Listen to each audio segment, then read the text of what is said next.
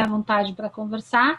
E eu também repito o que o Leonardo falou ontem, caso vocês tenham alguma dúvida, inbox, podem mandar para a Gelaboral que a gente faz a resposta, tá bom? Então, continuando a temática. Deixa eu ver se eu consigo. Consegui. Legal. Tá, joia. Vamos lá. E continuando a temática dos assuntos, né, que são abordados geralmente durante a CIPAT, espera aí, aqui. Ontem nós falamos sobre ISTs, né, as infecções sexualmente transmissíveis, e hoje a gente vai falar sobre álcool e drogas, né? São dois assuntos que se conversam entre si, né, querendo ou não, porque existe aí uma correlação, por exemplo, entre drogas e o aumento do índice de IST. Depois eu converso com vocês depois qual é essa relação, né? Acho que vocês já devem imaginar também. Então, boa tarde a todos. Essa palestra vai ficar disponível, então vocês fiquem à vontade também, assim como do material de ontem, para vocês compartilharem com familiares de vocês, pais de criança, adolescentes, né? Ou quem estiver morando em casa de vocês, familiares. É importante também um assunto que bastante, infelizmente, tá a gente aí com alto índices aí de consumo de drogas, álcool, né? Principalmente com relação à pandemia. Então, é um assunto bastante importante, assim como o IST, para vocês compartilharem fora aqui, não só aqui na CIPAT, mas com os familiares e amigos de vocês. Tá? Então, o assunto de droga parece uma coisa muito batida. Você fala assim, mas você que está falando de droga de novo? Nunca é demais, né? Educação em saúde, quando a gente fala de educação em saúde, é isso, água mole em pedra dura. E sempre vai ter coisa nova, sempre vai ter algo novo, alguma descoberta naquela temática que você não sabia. Então, provavelmente, eu espero que vocês todos vão ouvir coisas novas, acredito que sim. Eu trouxe para vocês alguns dados sobre a pandemia com relação ao consumo de álcool e drogas, principalmente de álcool, tá? Mas antes a gente vai começar resgatando, né, alguns conceitos, né, para a gente relembrar. Acredito que todos aqui tenham claro o que é droga, né? Toda substância que introduzida no organismo pode modificar as suas funções. Ah, Larissa, então remédio é droga? É droga do mesmo jeito. Ele faz efeitos benéficos para a nossa saúde, mas também pode fazer efeitos maléficos. Por exemplo, se você tiver um abuso de remédio, né, pode levar aí algumas alterações orgânicas graves, né? Então, droga é qualquer substância que introduz em um organismo. Então, a gente tem duas classes de drogas, não, mas a gente pode classificar, pelo menos aqui no Brasil, né, entre drogas lícitas e ilícitas.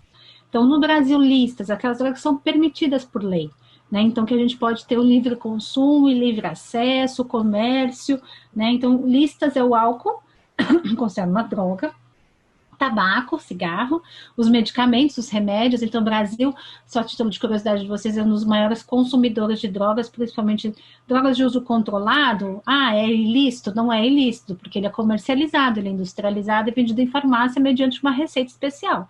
Mas é uma droga lícita. Então, nós brasileiros somos aí um dos maiores consumidores de fármacos, de medicamentos do mundo. Tá? Isso é uma coisa muito preocupante, né? Um comportamento muito ruim. E as drogas ilícitas são aquelas drogas que não são permitidas por lei. Então, se você for pego comercializando, utilizando, vendendo, né, ou comprando, você é passível às penalidades da lei, né? Pode ser preso, né, muitas vezes preso. Maconha, cocaína, o crack, o êxtase, a heroína e outras drogas sintéticas, né? O LSD também, os chás que eles utilizam. Tá? Então, são drogas ilícitas, que não são reconhecidas por lei. Por exemplo, aqui no caso a maconha no Uruguai deixou de ser ilícito, né? Mas existe uma regra, uma legislação que respalda a utilização. Nos Estados Unidos, alguns estados liberam para uso terapêutico. E na Holanda, como vocês a maioria deve saber, em Amsterdã, a utilização da maconha, ela é liberada, legalizada. Tá? Então, mas no nosso caso, no Brasil, são drogas ilícitas, maconha, cocaína, crack, êxtase, heroína e outras drogas. Tá? E aí, para a gente entender, né, não vou dar aqui uma aula de anatomia, nem de neurofisiologia, mas para a gente entender, a maioria já sabe que funciona o quê? Vai fazer alguma alteração dentro do nosso organismo, principalmente dentro do nosso cérebro, né? O que vai acontecer dentro do nosso cérebro? Vai fazer alteração no nosso estômago? Faz. No fígado? Faz também. Mas o álcool, a droga, ele tem uma ação direta, né? A gente chama na parte do sistema nervoso central, né? E aí a gente chama elas de drogas psicotrópicas ou substâncias psicoativas, tá? Ou um ou outro. Então, o que é psicotrópico, né? Quando a gente fala de tropismo, né? A gente fala, ele tem um tropismo para isso, então ele tem uma atração. Então, as drogas, elas têm uma atração pelos neurônios. Então, por isso que elas têm uma ação direta lá nas células, nas células neurais, né? Então, vamos lá. Então, eles modulam, né? Por isso que eles têm esse tropismo, eles se atraem pelos neurônios e eles fazem uma transformação, né? Então, eles podem transformar a consciência, alterar o humor, disparar algumas emoções, podem interferir diretamente no pensamento, no raciocínio, né? Então, e essas drogas a gente classifica em 3 níveis quando a gente fala dessa interação com o sistema nervoso central, né? A gente fala de drogas estimulantes, modificadoras e depressoras, tá? As estimulantes são aquelas drogas que a gente, né, digo a gente, para a gente tentar fazer que o indivíduo toma, né, ele consome aquela droga e ela faz com que as atividades ficam, os neurônios, as suas células, o seu comportamento, ele fica muito mais ativo, muito mais agitado, muito mais processos rápidos mentais de raciocínio. Então, dentro dessa classe de estimulante, a gente tem as anfetaminas, largamente utilizadas, principalmente para redução de apetite, né, com o objetivo de redução de peso. O crack é um estimulante, a nicotina presente no cigarro e a cocaína.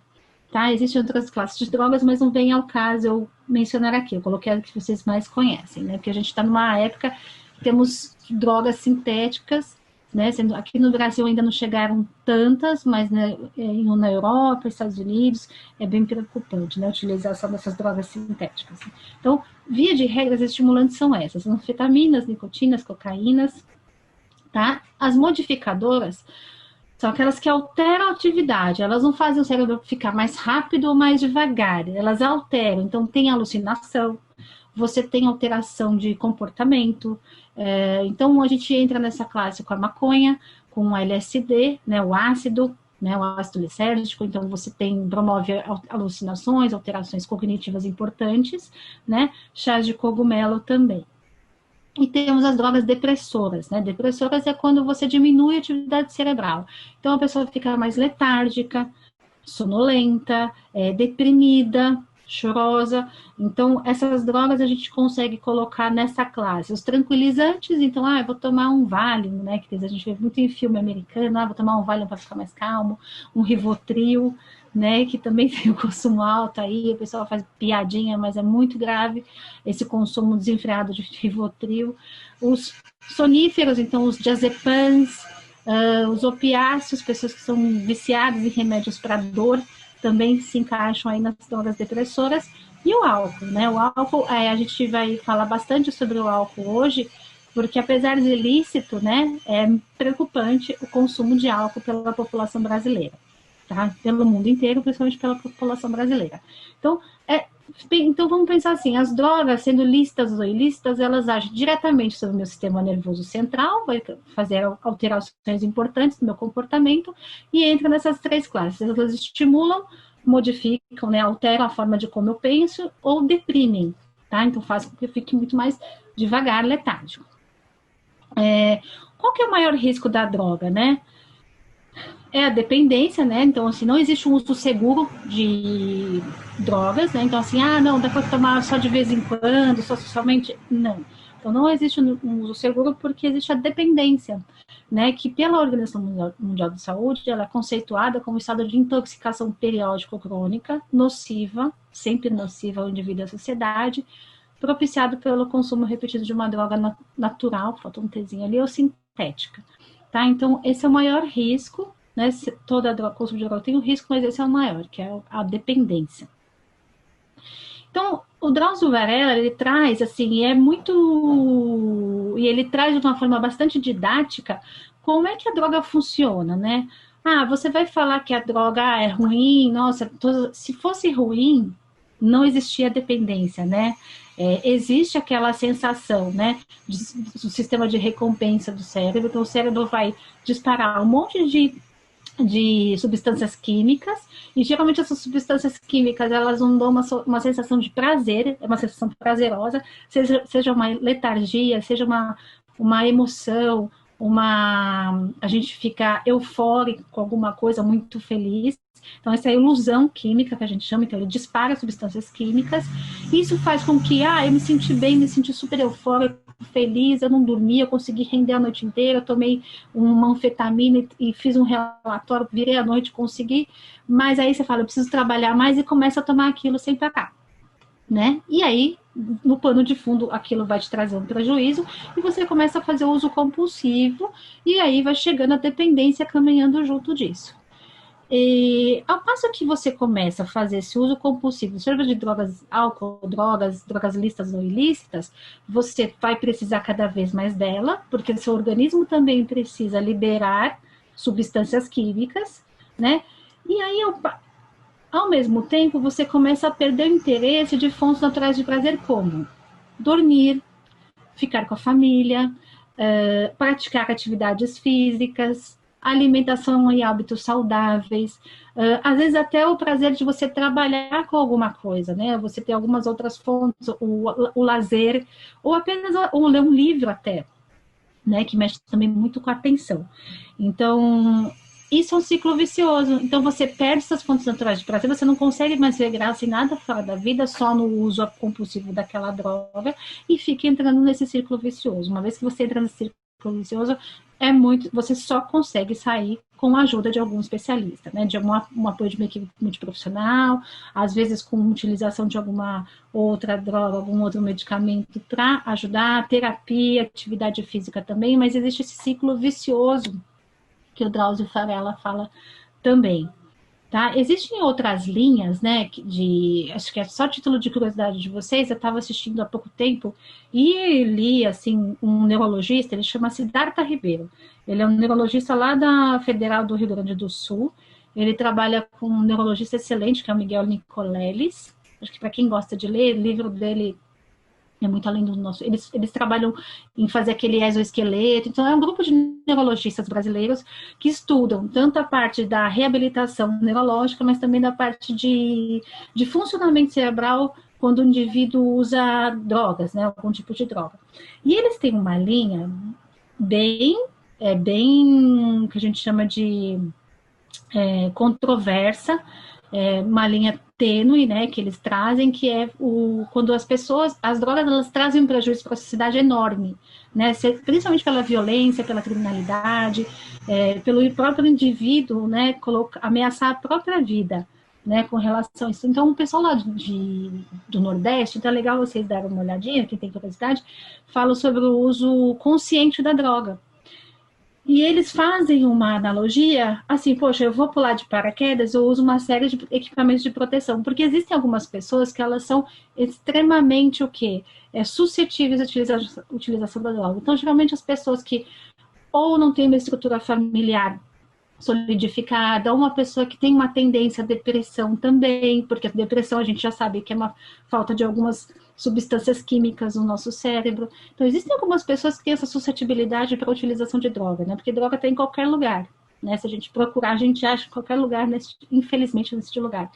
Enfim, e eles falam sobre isso. Então, e que existe sim essa dependência, e tem pessoas que não conseguem de jeito nenhum sair, né? A gente vê aí um monte de ator, atriz que tem a vida pública, ou conhece alguém que cresceu com a gente, né, na adolescência, ou que tem alguma pessoa do nosso lado que você sabe que precisa de ajuda, que tentou de diversas formas sair desse ciclo vicioso e não conseguiu. E existem outras terapias que apoiam, tá? Então, esse pessoal fala umas coisas bem interessantes, mas um pouco controversas, porque eles não fazem o abandono total da utilização da droga, tá? Mas é interessante vocês saberem porque existe uma linha aí na área médica que eles estudam. Mais uma vez, né? Mas a recomendação mundial para todo mundo, para nós pais, para os futuros pais, a gente que foi pequeno, adolescente, porta de entrada, né? Então, a gente tem que barrar a porta de entrada. Então, qual que é a maior porta de entrada que tem hoje? tabaco e álcool, né, que são as drogas lícitas.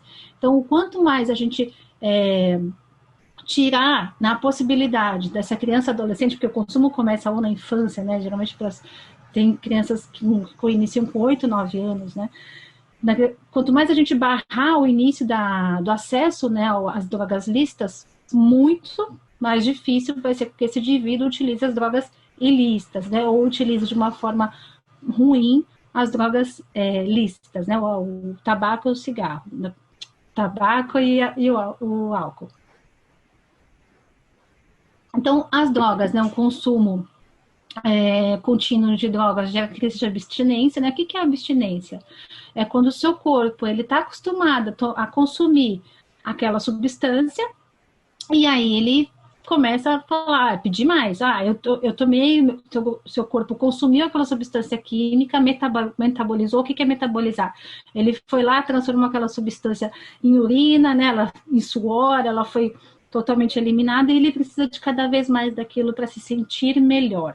Tá? Então, a abstinência, ela tem sinais como insônia, ansiedade, a irritabilidade. A irritabilidade é muito, muito, muito comum, né? Então, tremores, no caso de quem tem consumo de álcool, então eles têm os tremores das mãos, que eles chamam de delírios tremens, náusea, agitação, taquicardia, hipertensão, alteração grave de comportamento. Então, a irritabilidade junto com o nervosismo, com comportamentos violentos é acompanhado, sim, dentro das crises de abstinência, tá? Que é quando a gente faz o consumo.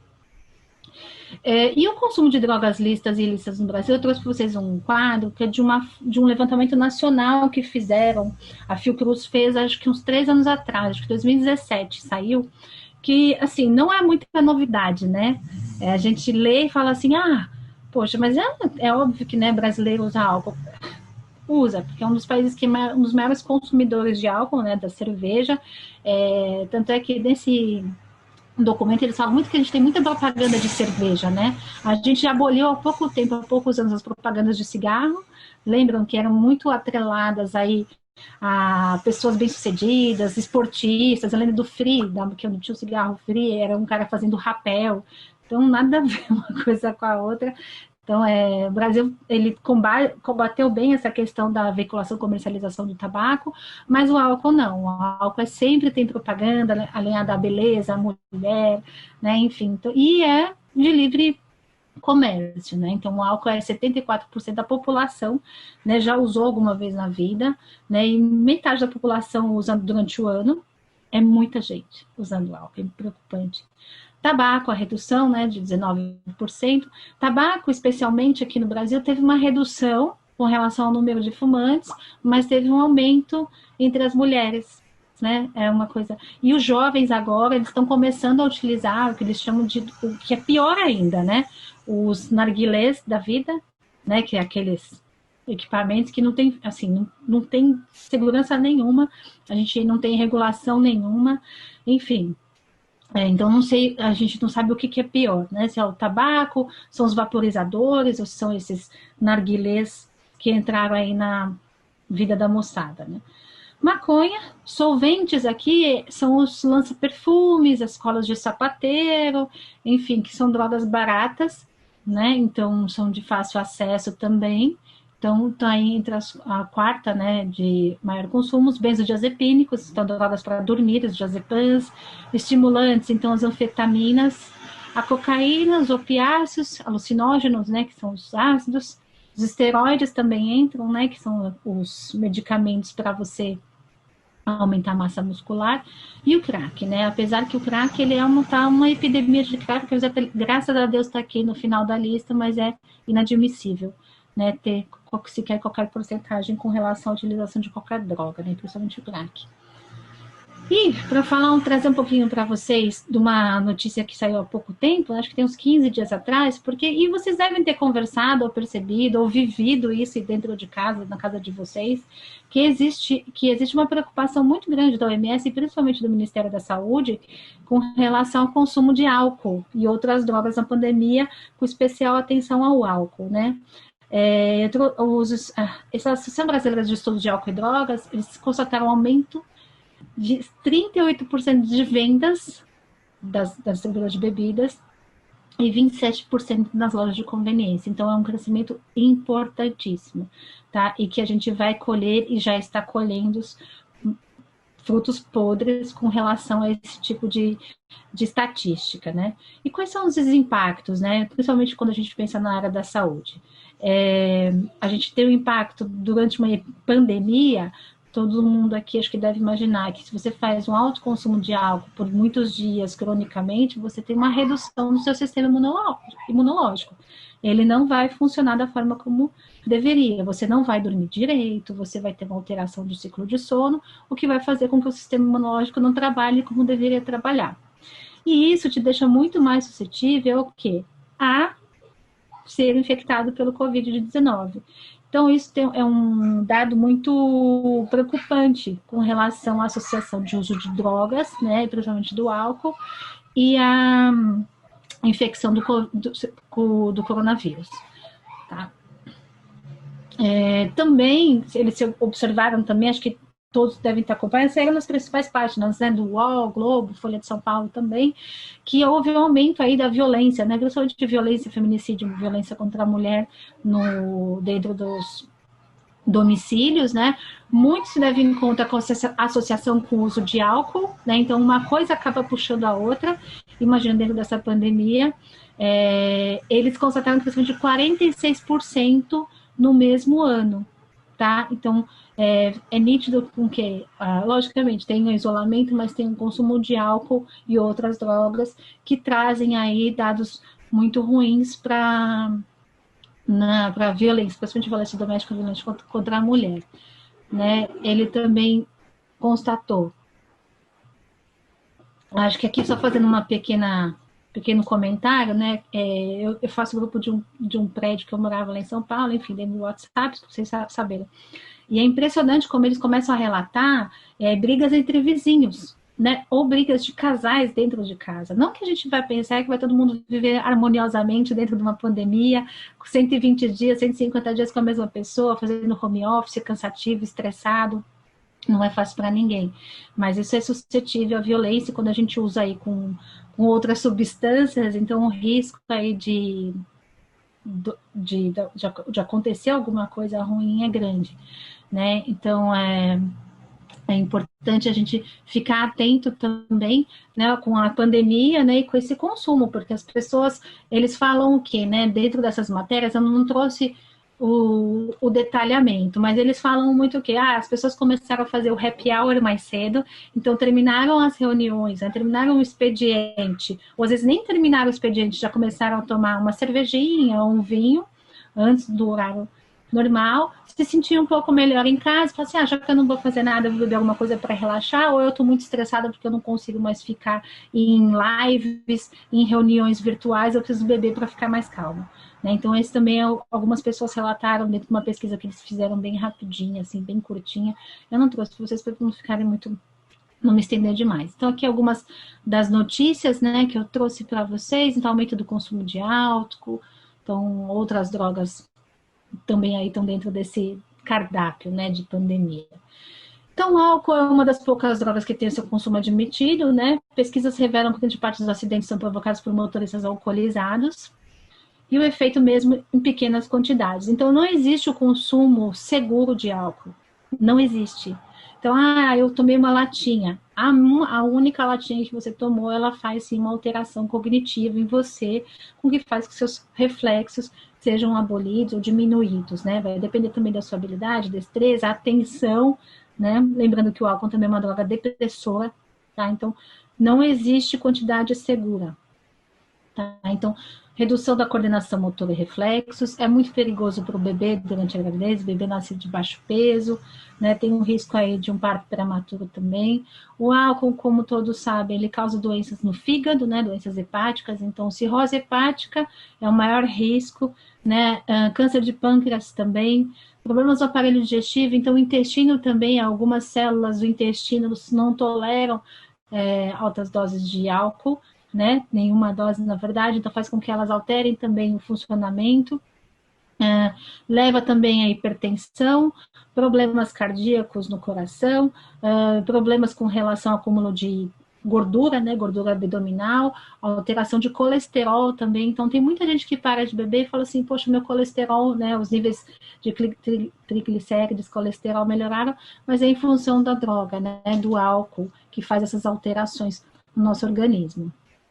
Aqui, para vocês terem a curiosidade, né, quais são os efeitos sobre o corpo e a dosagem, né, de álcool circulante, então 0,01, 0,5, você já tem diminuição dessas funções de vários centros nervosos, que ainda é até o que o nosso código de trânsito tolera, né? Então, não estão revisando, né? Acho que a Denatran está revisando aí algumas coisas para pior com relação ao consumo de álcool, e é o que eu falei no outro slide. Todo mundo sabe que a maioria dos acidentes automobilísticos, se a gente fizer o teste no motorista, provavelmente ele estava embriagado, tá?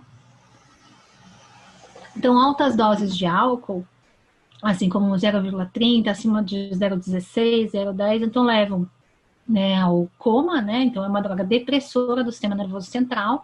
Então a pessoa começa a ficar sonolenta, ela geralmente fala devagar, fala arrastado, não consegue terminar um pensamento, um raciocínio, ela dorme, o que às vezes é um risco muito grande, a pessoa dorme, acaba vomitando e broncoaspirando, né? Respirando de novo o seu vômito. Quantas pessoas aí famosas a gente não conheceu, né? Que estava dormindo, broncoaspirou e morreu, né? Porque estava tão alcoolizado que não conseguiu nem acordar para ver se para ir vomitar, não tinha nem essa consciência, tá? Tem a questão do coma alcoólico, que acho que é muito comum nas primeiras fases da adolescência, né, que vai parar no hospital, mas é muito perigoso por conta do risco de broncoaspiração, o risco de queda, né, o risco de se machucar, bater a cabeça em algum lugar, enfim.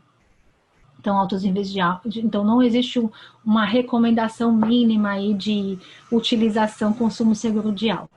Tá? Aqui é uma planilha, é uma escala que a OMS utiliza, é aberta para todo mundo, para quem quiser, que chama Audit, que é Alcohol Use Disorders Identification Test. É um teste que você faz rápido, né, e que você pode identificar qual é o seu nível, né, de desordem, né, de alteração, se você precisa ou não de ajuda, né. Então, ele faz o resultado entre zonas 1, 2 e 3, tá? Então, geralmente, quem está acima da zona 2 já precisa de ajuda, tá? Então, são pessoas que pontuam usuário de risco, que eles fazem uso acima de 2 doses todos os dias e mais de 5 doses numa única ocasião, né? Então, 5 doses numa única ocasião, às vezes é naquele sábado que você vai para um churrasco e toma 10 latas de cerveja, né? Você já está na zona 2, tá? Mas não tem nenhum problema decorrente disso. É uma pessoa que trabalha, que tem suas atividades normais, que tem boa relação com a família, que você não tem alteração de comportamento, agressividade ou violência. Eles recomendam que a intervenção nesse caso, esse paciente, esse indivíduo, ele tem que passar por uma intervenção, né? Tem uma orientação básica sobre o uso de baixo risco e sobre os possíveis riscos orgânicos. É uma pessoa que tem que ser alertada e sensibilizada com relação a esse tipo de comportamento de utilização de álcool. Então, vocês imaginam, quando as pessoas falam assim, você acha que, uma simples frase assim, você acha que você bebe bastante? Se você falar que sim, você precisa de ajuda. Isso já é o primeiro passo. Então, acho que às vezes a gente tem que ter essa autoconsciência, e eu deixei aqui para vocês um link lá dos pós-israelitas, do Einstein, que eles fazem 4 perguntinhas, e se você fala assim para alguma delas, você precisa de ajuda, né? Seja uma ajuda psicológica, ou alguma conscientização, ou até mesmo alteração de hábito, de costume, né? Que é a cessação ou a redução do consumo de álcool, né? Então tá aqui a zona 1, zona 2, zona 3. Então assim, zona 3 e 4 são aquelas zonas em que você já apresenta algum risco para a sua saúde, risco para a sociedade, e que precisa, acho que tá alguém aqui no chat, e que precisa, por favor, e que precisa de ajuda, né? Então é importante que, se você se considera uma pessoa que está bebendo demais, você com certeza precisa buscar por ajuda e deve ser ajudado, tá? Então não existe o consumo isento de risco, então, toma uma cervejinha todo dia. Sim, tem o risco. Você, mas a minha avó morreu com 90 anos, tomava uma dose de cachaça todo dia e ficou ótima, não tinha nem pressão alta. Isso não é ciência, não é evidência científica. Tá? Então, isso uma vivência dela, mas é importante que não existe o consumo isento de riscos. Tá? Então, os problemas associados ao consumo excessivo de álcool, a violência doméstica, um dos primeiros, né? Vide aí nossos resultados durante a pandemia, alteração comportamental, então você acaba quebrando os seus laços com familiares próximos, com amigos, com a sociedade, no trabalho, perde emprego, né? Acidentes de trânsito, absenteísmo aqui é quando a gente falta muito no trabalho ou chega muito atrasado, começa a consumir muito álcool, perde a hora, ou no dia seguinte acorda com uma baita de uma ressaca, com uma dor de cabeça e não consegue trabalhar, e aí acaba faltando, e isso reflete diretamente no absenteísmo, tá? E na produtividade, quando a gente fala de trabalho. E problemas de ordem financeira, né? Que aí além de você gastar com algo, você tem outros prejuízos. Falta ao trabalho, perde emprego, né? Tem outros prejuízos decorrentes aí ao consumo. E aí vamos falar do tabaco, né? Então acho que depois no final a gente pode abrir para a gente conversar, trocar experiências aqui, que tem gente que quer conversar, que acho que é bem legal. O tabaco também é outra droga lícita, né? Infelizmente, cerca de 5 milhões de pessoas morrem por ano vítimas do uso do tabaco, então cigarro é o maior vilão. Existem mais de, acho que 200 ou 300 substâncias nocivas, né? Acharam até pelo de rato, né? Então, você imagina as pessoas que fumam. E não estou dizendo que isso é um vício difícil de abandonar, é fácil de abandonar, porque não é, mas é importante, né, daquele comportamento, não ter acesso, né, precoce a esse tipo de droga, né, que é o tabaco. Então, ele altera doenças do sistema cardiovascular, né, infarto agudo do miocárdio, aterosclerose, ele deixa as nossas artérias mais enrijecidas, doenças do trato respiratório, como as que a gente chama de DPOCs, doença pulmonar obstrutiva crônica, câncer de pulmão, câncer de laringe e boca. Ele aumenta o risco em mulheres de aborto de parto prematuro também. Ele leva o indivíduo à impotência sexual. Agora, com o Covid-19, né, o tabaco, geralmente os fumantes têm o maior risco de evoluírem mal, né, quando são infectados pelo Covid-19, enfim. A gente tem um monte de coisa ruim para falar de cigarro e nada de coisa boa, né, então, para sensibilizar mesmo, não tem consumo seguro, não mas eu gosto, assim, o cheiro é ruim, a fumaça é ruim, né, então, não tem nada de bom para a gente falar sobre o cigarro, né, então, se pudesse ter um pouquinho de maior controle no nosso governo com relação também à comercialização desse tipo de droga, com certeza as pessoas conseguiriam, a gente conseguiria diminuir, né, esse cenário ruim aí de mais de 5 milhões de pessoas que morrem com relação ao tabaco.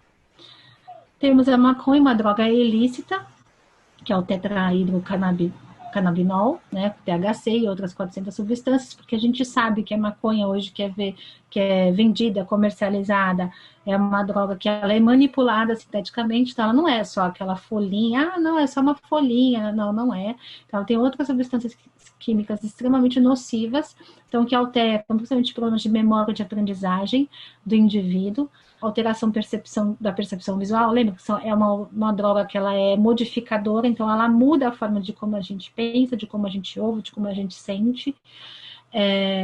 Você tem uma redução da coordenação física, também é um risco também quando você vai dirigir, não é só o álcool. Uma prevalência da sonolência, ansiedade, ataque de pânico e aceleração cardíaca quando você faz o uso indiscriminado da maconha também, tá? Então, a maconha traz esses efeitos nocivos, para algumas pessoas, podem perguntar, mas tem para uso que eles chamam de uso terapêutico, né, para as pessoas com pacientes com dor, sim, mas aí é uma outra história, eles têm uma regulação para isso, eles têm um controle para isso no laboratório, existem algumas drogas que eles utilizam para doença de Parkinson, né, o óleo, né, o THC, mas não é o cigarro, não é essa forma de apresentação de droga que a gente conhece. É uma outra droga sintetizada em laboratório, que eles fazem teste de segurança, enfim, que não dá para comparar uma coisa com a outra. Não é maconha, tá? É só o princípio ativo. Tá? Mas a maconha, que a gente fala droga, ela é o THC, mas outras tantas substâncias que a gente não faz nem ideia do que tem ali. Tá? Cocaína, então cocaína é uma droga estimulante, né, provoca o prazer e grande euforia, só que ela tem uma curta duração. Então, a pessoa entra naquela euforia, então ela precisa cada vez mais, porque ela tem a fase do que eles chamam, como é que eles falavam? Tem a fase que fica, não é down, depois eu vou lembrar, né? Que eles falam do bode, fica bodeado, sei lá o que é. Que você tem ali, o autoconsumo fica fórico, aí a droga para de fazer efeito, aí você entra na depressão. Então você tem esses dois polos, né? Esses dois lados que você oscila entre a euforia e a depressão. Né? E essa euforia e depressão, ela vem acompanhada, às vezes, de uma agressividade, né? E vontade de usar aquela droga cada vez mais. Né? Então, aumento do batimento cardíaco e pressão arterial, dilatação das pupilas, né? Aumento da temperatura corporal, a forma de como o indivíduo fala é uma forma muito rápida, tem movimentos repetitivos, a pessoa gesticula muito, ela fica muito agitada. Tá? Então, ela pode levar, em casos agudos, a overdose, né? Então, convulsões, arritmias, disfunções respiratórias, né? E o risco maior de overdose, né? Quando as pessoas usam altas quantidades. E também a gente tem aqui o crack, né? O crack, nos últimos 10 anos, o Brasil ele tem reformulado continuamente a Política Nacional de Drogas. Né? Acho que o ano passado, final do ano passado, foi revista e atualizada, e acho que vocês podem perceber. A gente anda em São Paulo, acho que não tem mais cidade, né? Santos, né, também aqui,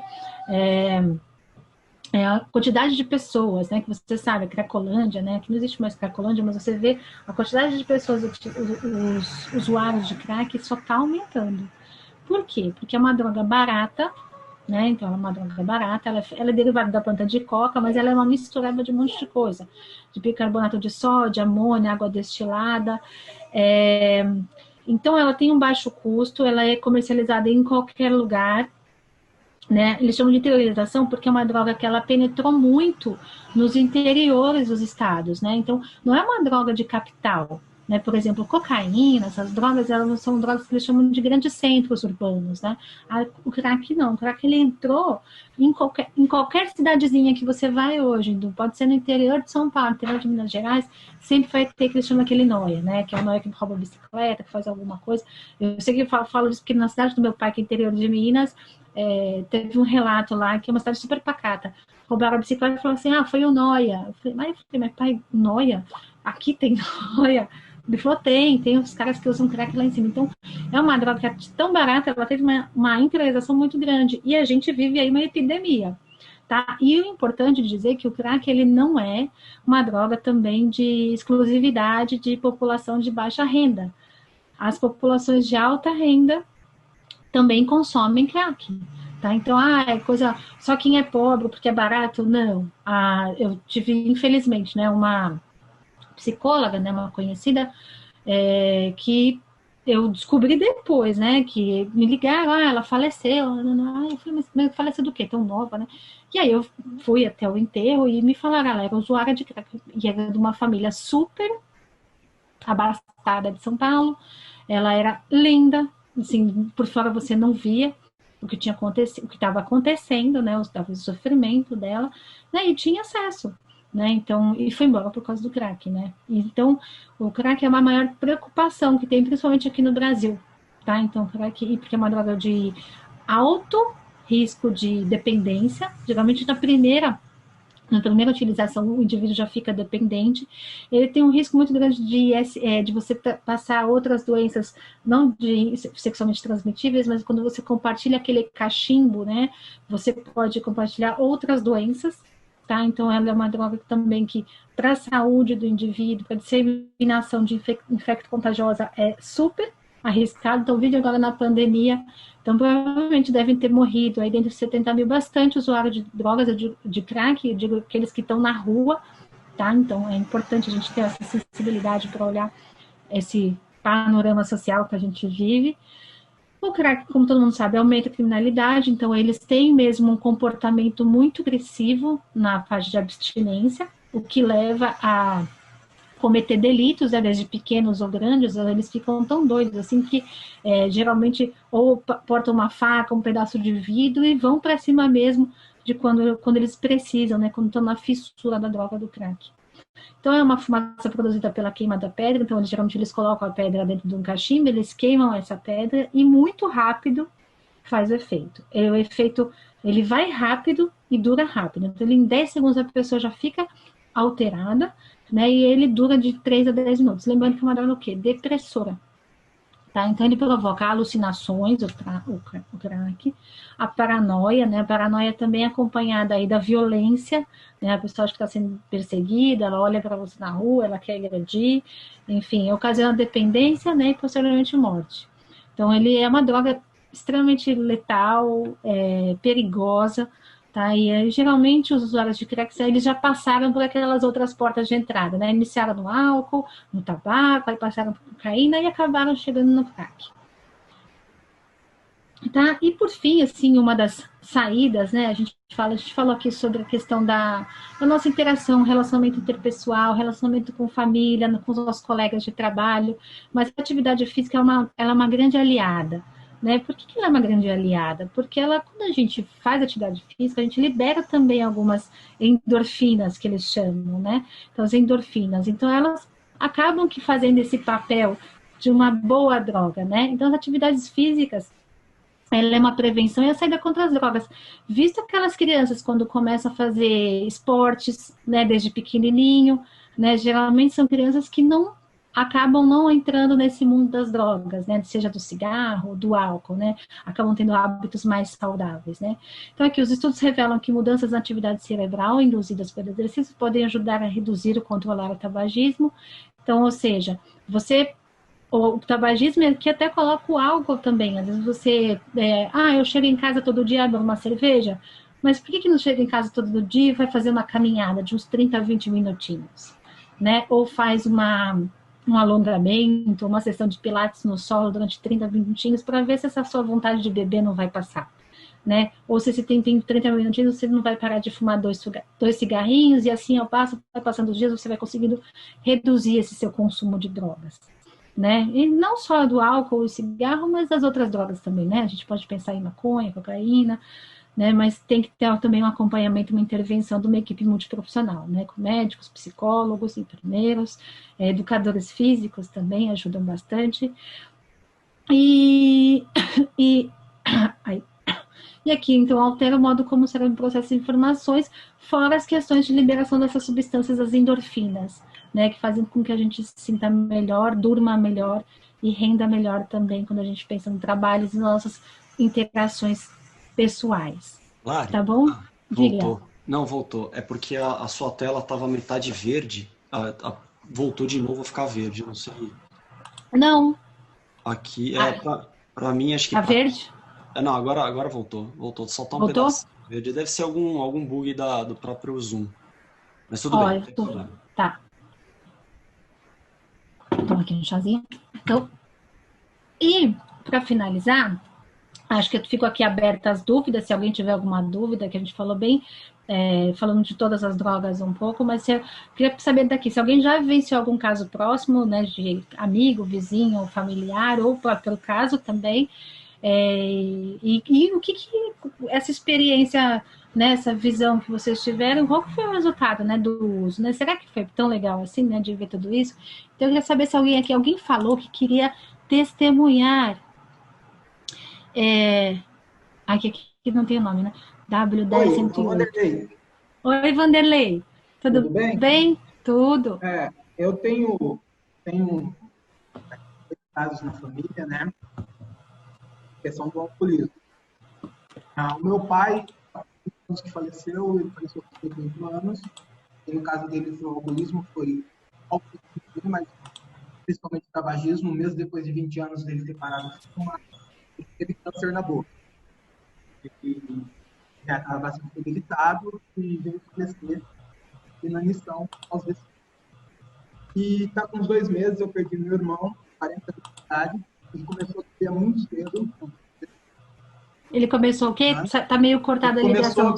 Ele começou a beber, entrou no da bebida muito cedo, do álcool. 14, 15 anos de idade, ele já bebia. E assim foi a vida toda, e em 2 meses ele morreu por cirrose hepática.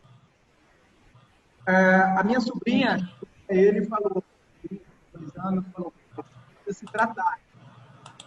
O senhor vai morrer. E a resposta que ela teve dele foi assim: é uma escolha. Se é que morrer, eu vou morrer, mas parar de beber eu não vou. É difícil. Tá? É. Ele não tinha crônico e não aceitava ajuda, né? Então, aí eu falo, a ilusão, eu tomo 2 cervejinhas hoje, 3 cervejinhas amanhã, eu tomo um whisky aqui, eu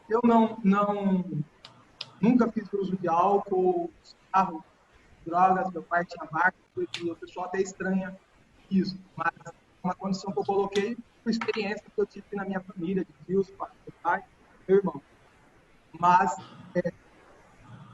eu sei o quanto é difícil para quem é alcoólatra ou está de qualquer outra droga, né, para parar, mas entra naquilo que você falou no começo. A pessoa primeiro tem que admitir que ela já está no estágio de dependente e aceitar a ajuda. Tentamos de todas as formas, com o meu irmão, mas ele não aceitava. Na hora que eu quiser parar, eu paro. Ele parou, não pudemos fazer o trabalho dele por causa da situação de Covid. Né? Então, essas são o testemunho que eu tenho de experiência na minha vida. E eu queria fazer uma pergunta. A gente viu ali os índices da cannabis, da maconha, né? E a gente sabe que tem uma linha aí, principalmente de ativistas, que defendem o uso da maconha. Peraí, Vanderlei, repete a sua última frase que saiu meio cortada. A questão da maconha. Certo. Sabemos que tem uma linha de ativistas que defendem o uso da liberação, mesmo tendo comprovação médica das questões que o uso da maconha pode trazer às pessoas. E como que a sociedade médica isso e trabalha para evitar essa situação? Peraí, aí você só saiu uma curta assim, você diz assim, como é que a gente vê essa questão do uso da maconha, da legalização, é isso? Ou isso. medicamento? Da questão da legalização e se há algum trabalho contra a legalização. Deixa eu aproveitar a pergunta do... Desculpa, Walter? Vanderlei. Vanderlei, porque a gente sabe que também o uso da maconha por adolescentes tem aí um perigo para o desenvolvimento de problemas psiquiátricos, né? Então, eu queria que você também desenvolvesse a respeito disso, porque acho que é importante para quem tem filho. Tá, perfeito, Léo. Vanderlei, eu sinto aí pela sua experiência, né, familiar perto, e a sua realidade é a realidade comum de muitas pessoas, infelizmente, né, que aqui no Brasil a gente viu lá os dados, o consumo de álcool é uma coisa preocupante, né, como as pessoas começam muito jovens, muito cedo, e é isso, né, o seu irmão falou, eu não tenho minha opção, mas precisa de ajuda, né, as pessoas precisam admitir que precisam de ajuda, né, tem aí o Alcoólicos Anônimos, né, e tem também ajuda de equipes, que às vezes tem que partir com uma medicação, né, para esse paciente conseguir reabilitar, né, mas todos os pacientes têm jeito, né, não tem gente que não tem jeito, mas ele tem que querer, né, tem que querer assumir que aquilo está fazendo mal para ele e querer, né, como você bem falou, da sua família. Né, eu vou dar um exemplo, por exemplo, do cigarro. Cigarro, eu levei minha mãe na semana passada para fazer, ela tá com um problema sério de coração, aí estava no cardiologista, eu falei para ela assim, e o cardiologista falou para ela, você precisa parar de fumar, minha mãe fuma. E ela falou assim, mas então eu vou usar, você me prescreve um adesivo, aqueles adesivos que vendem na farmácia, né, para colar? Aí ele falou assim, não, você quer parar de fumar? Aí ela falou, não quero. Ele falou assim, então não adianta usar adesivos, usar qualquer outra coisa, porque você tem que querer, né? A gente está aqui para te ajudar, vamos fazer alguma coisa, mas você tem que tentar. Falou assim, não, hoje eu vou tentar. Né? Pode ser que amanhã não consiga, mas hoje eu vou tentar. Então é importante muito que o paciente, nada pode ser a força. Né? Aí depois você me perguntou com relação à utilização da maconha, né? O que as sociedades médicas brasileiras falam, até as do mundo, né? E o Léo ainda complementou com relação aos problemas psiquiátricos. Sim, Não existe ainda assim o consenso da utilização segura do THC, né? Existem esses estudos, pesquisas que saem, né? Agora saiu bastante coisa sobre alguns medicamentos, que são algumas esperanças para alguns tipos de patologias, mas todos ainda não têm assim estudos robustos que falem, olha, dá para utilizar com segurança. Não tem nenhum estudo científico ainda, que a gente chama com robustez, que fale que a maconha ela tem um uso seguro, que ela é boa em alguns casos, né? E ela, assim, o uso da maconha, mas o cara fuma e depois fica bem, ele vai para a escola, ele tem, sim, uma relação com relação à prevalência de doenças psiquiátricas. Ele começou a utilizar a maconha lá com 15, 16 anos, né? Nos Estados Unidos eles usam muito aqueles vaporizers, né? Que é uns cigarrinhos que tem até uns vaporizadorzinhos que dá uma disfarçada no cheiro, né? Que não é que nem a gente que faz aqui, eles fazem, né? Enrolam. E que o uso aí de 2, 3, 4 anos, o cara lá com 30 anos, ele começa a ter surtos, né? E aí é associado, diagnosticado com o quê? Com uma esquizofrenia, um transtorno afetivo bipolar, né? Então, e aí quando você olha para a história desse cara com 30, 32 anos, que teve seu primeiro surto de transtorno afetivo bipolar, né, ou de esquizofrenia, ele tem aí associado um uso de maconha durante a adolescência, né? Ou ainda tá utilizando, né, com 30 anos. Então, tem sim uma relação muito próxima aí nas doenças psiquiátricas, depressão também, psiquiátricas, né? Depressão também tem relação, mesmo que a pessoa fume maconha e ela tem aí os traços de depressão, que é uma doença psiquiátrica. E voltando à questão, Wanderlei, ainda não tem assim um consenso mesmo. A gente sabe que tem alguns estudos científicos, tem alguns artigos que relatam uma melhora, por exemplo, dos tremores, né, dos pacientes portadores de Parkinson, tá? Mas ele não é feito em larga escala. E ninguém sabe a longo prazo quais são os efeitos prejudiciais da utilização do óleo, né? Pacientes que estão em estado terminal, né? Tá com câncer, cuidados paliativos, que fazem o uso da maconha para poder reduzir a dor, né? Para poder reduzir, tem os seus benefícios para reduzir a dor, mas também não dá para saber a longo prazo, porque é um paciente que está em cuidados paliativos. Então, ainda é um assunto muito, muito debatido, né? Porque não existe ainda nada que fale que existe uma utilização segura da maconha, tá? Acho que não sei se eu respondi essa pergunta. Pessoal, se vocês tiverem perguntas, por favor, o chat está aberto e os microfones também vocês mesmos podem desabilitar o mute. Eu vou aproveitar para perguntar uma questão, Lari, que eu acho que perguntar e fazer um pequeno relato, né? A minha filha mora nos Estados Unidos, ela tem 17 anos e lá se popularizou muito esses vapers, né? Que são esses vaporizadores. E o que acontece? O pessoal tem colocado muita essência para cheirar, para a fumaça sair com cheiro bom.